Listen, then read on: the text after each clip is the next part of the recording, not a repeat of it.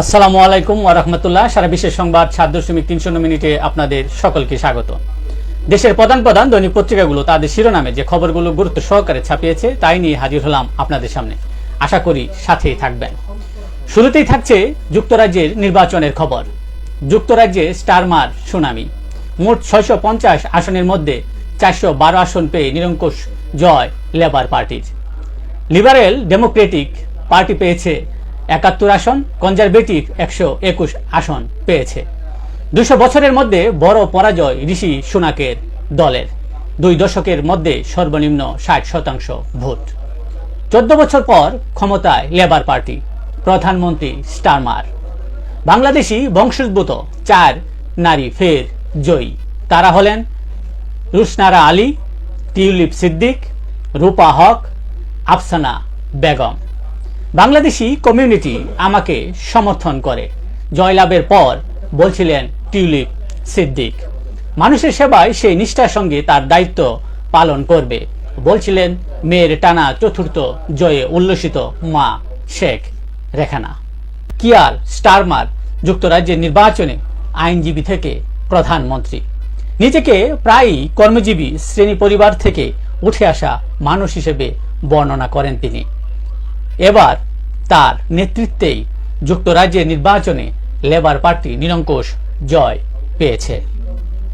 নিজ আসন রক্ষা করলেন ঋষি সুনাক। এবার সাক্ষাৎকারের উপর ভরসা করছেন জো বাইডেন। তিনি আশা করছেন একটি টেলিভিশন সাক্ষাৎকার তাকে ঘিরে শঙ্কা দূর করবে।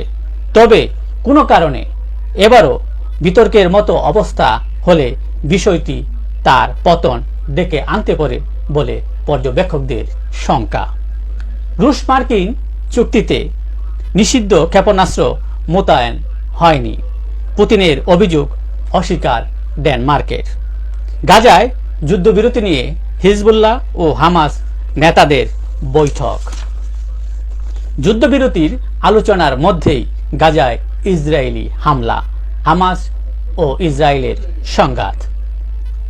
পদপিষ্ট হয়ে শতাধিক মৃত্যুর ঘটনা।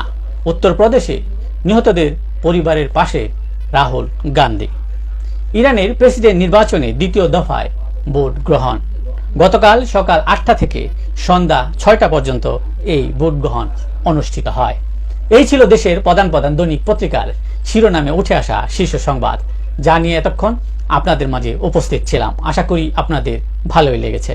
সার্বিক খবরের বিবেচনায় যদি আপনাদের কোনো অভিমত, অভিব্যক্তি, সমালোচনা কিংবা কোনো পরামর্শ থেকে থাকে তাহলে অবশ্যই কমেন্টসে জানাবেন।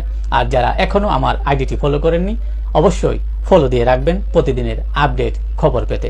আজকের মতো এখানেই বিদায় নিচ্ছি। আবারও দেখা হবে আগামীকাল ঠিক একইভাবে সারা বিশ্বের সংবাদ 7.3 মিনিটে। সে পর্যন্ত অবশ্যই আপনারা সকলেই ভালো থাকবেন, সুস্থ থাকবেন। আসসালামু আলাইকুম ওয়া রাহমাতুল্লাহ।